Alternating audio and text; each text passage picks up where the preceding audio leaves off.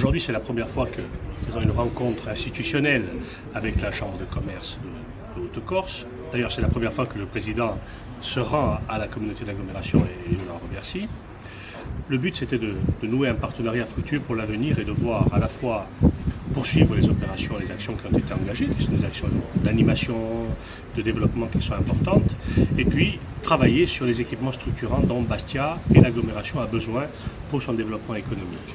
Nous l'avons vu et les débats lors de la campagne électorale ont fait ressortir un certain nombre de besoins et nous allons aujourd'hui nous atteler à les concrétiser.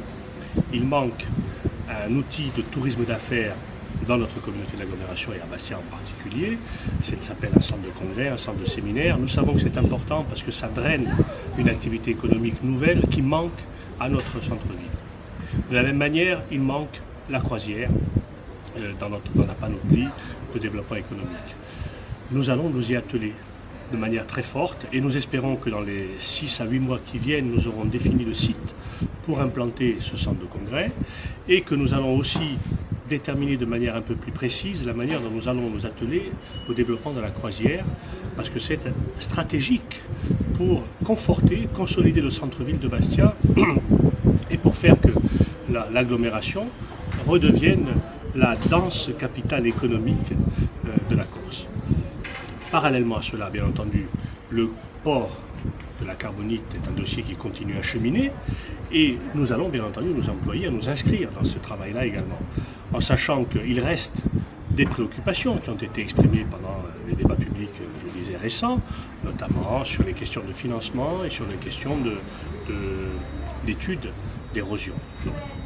Ces questions-là doivent être traitées parce qu'il faut que tous les décideurs publics soient au même niveau d'information et au même niveau de détermination sur ce projet. Ça suit son cours, mais parallèlement à cela, nous travaillons d'ores et déjà à la reconversion. Nous devons travailler à la reconversion du port du bassin Saint-Nicolas, sur lequel nous voulons lancer des études, on travaille avec la Chambre de commerce, avec bien entendu la propriétaire des lieux qui est la collectivité territoriale de Corse et la ville de Bastia, pour faire en sorte de rêver à ce que deviendra le centre-ville de Bastia demain lorsque le port de la Carbonite sera achevé. Je dis bien rêver parce qu'il y a une part de dynamique qu'il faut installer avec des équipements qui vont transformer le centre-ville, sécuriser les commerçants et faire en sorte que demain il y ait une nouvelle dynamique qui s'installe. Parler de congrès, parce qu'on ne suivra pas l'exemple des Ajacciens qui aujourd'hui nous montrent que peut-être ils ont un palais un peu trop important pour la ville, avec les difficultés que tout le monde connaît. Donc nous aimerions faire un mini palais de congrès avec 300-350 places.